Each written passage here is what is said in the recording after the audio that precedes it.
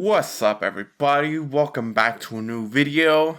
Today we'll be covering the long-awaited part 2 of What If Goku Trained in Hell. It's been a while since I made part 1, and I have no real excuse on why it took me so long to make part 2. So without any further delays, let's just jump into it.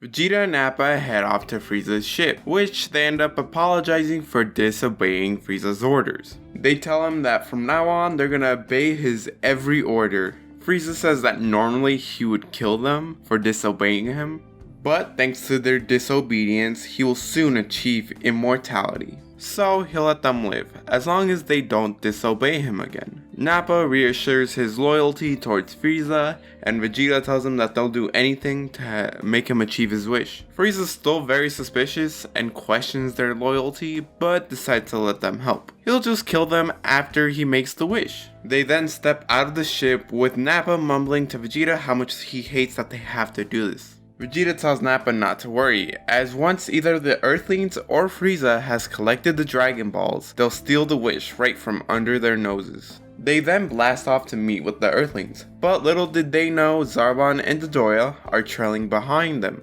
Meanwhile, while all that's happening, Goku and Gohan are on their way to Guru's house. Upon arriving, Nail leads them inside and introduces Goku to Guru.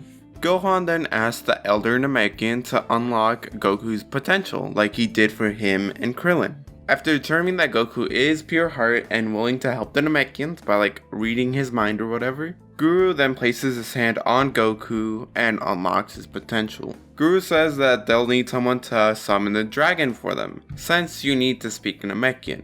So Guru unlocks Dende's potential and tells him to go help them grant their wishes. After Goku and Gohan thank Guru, they blast off to meet with the rest of the team. Vegeta and Nappa are the first to arrive back at the hideout. Bulma tells them that before they make their next move, they should probably wait for Goku and Gohan to return. But before they can continue their conversation, Zarbon and Dodoria reveal themselves. Dodoria would end up calling them two-timing dirty monkeys, and Lord Frieza should have killed you when he destroyed Planet Vegeta. Vegeta tells Nappa to shut Dodoria up.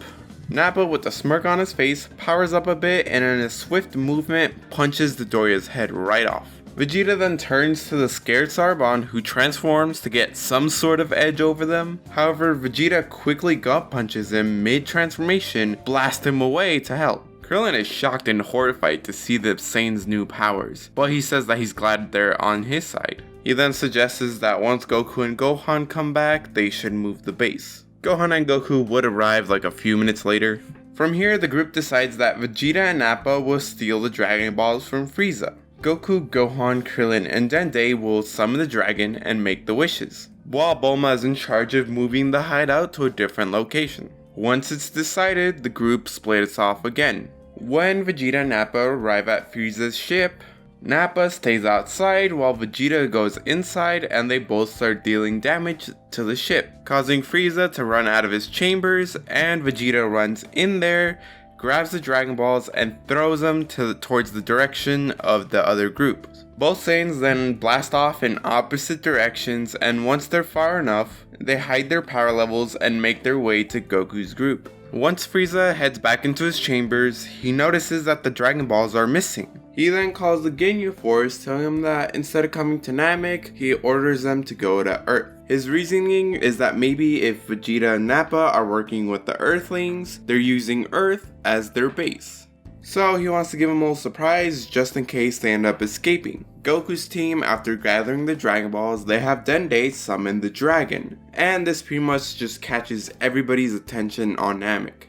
Frieza, pissed off that someone might actually steal his wish, blasts off to try and kill them. The first wish is used to bring Piccolo back to life, and he tells everybody that he wants to be brought to Namek so he can face off against Frieza. Before Dende can make the wish, Guru telepathically contacts Dende, saying to bring the Namekian to him. So Dende makes the wish, and Piccolo goes from Kami's planet to Guru's house. As for their third wish, they use it to bring Chaozu back to life, since that was one of the main reasons that they had to come here. With no more Dragon Balls to rely on, the gang gets ready to face off against Frieza. Flashing sideways over to Guru's place, Piccolo is greeted by Guru as the grandson of Gatas. Piccolo asks why was he brought here, the others are gonna face off against that Frieza dude and they're gonna need him.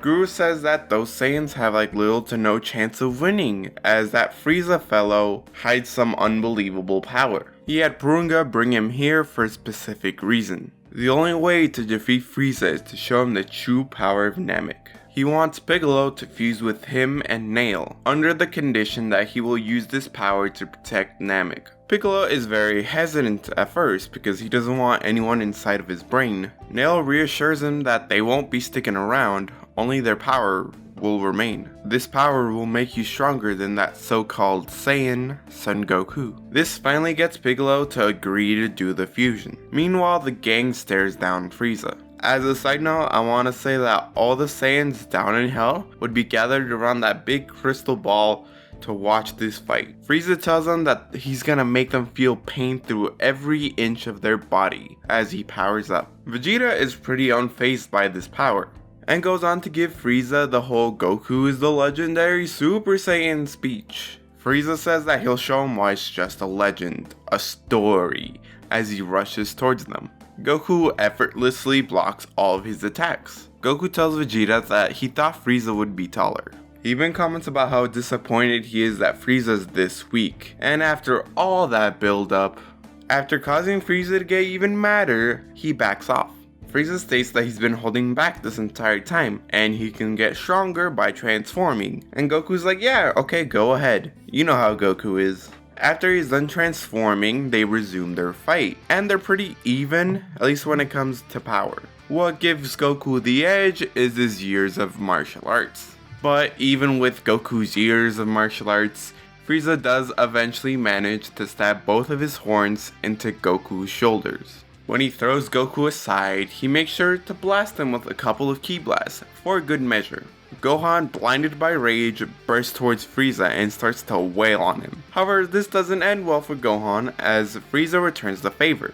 After beating down Gohan, he says he's got 2 more transformations to show off. He powers up to his third form and turns his attention to Vegeta and Nappa. This is when they realize just how much they fucked up. Frieza, in the blink of an eye, moves right next to them, with a grin on his face. Vegeta and Nappa, scared for their lives, they instantly fly up. Frieza's able to get in front of them really quickly and then knock them down. He then starts spamming his finger blast while saying, "Where is your Super Saiyan now?" After a bit of Frieza doing that, he is kicked in the face, sending him flying backward. Piccolo has finally arrived and states that if anyone's gonna kill those rotten Saiyans, it's gonna be him. Piccolo and Frieza then start to duke it out. And unlike in canon, Piccolo is actually able to watch third form Frieza.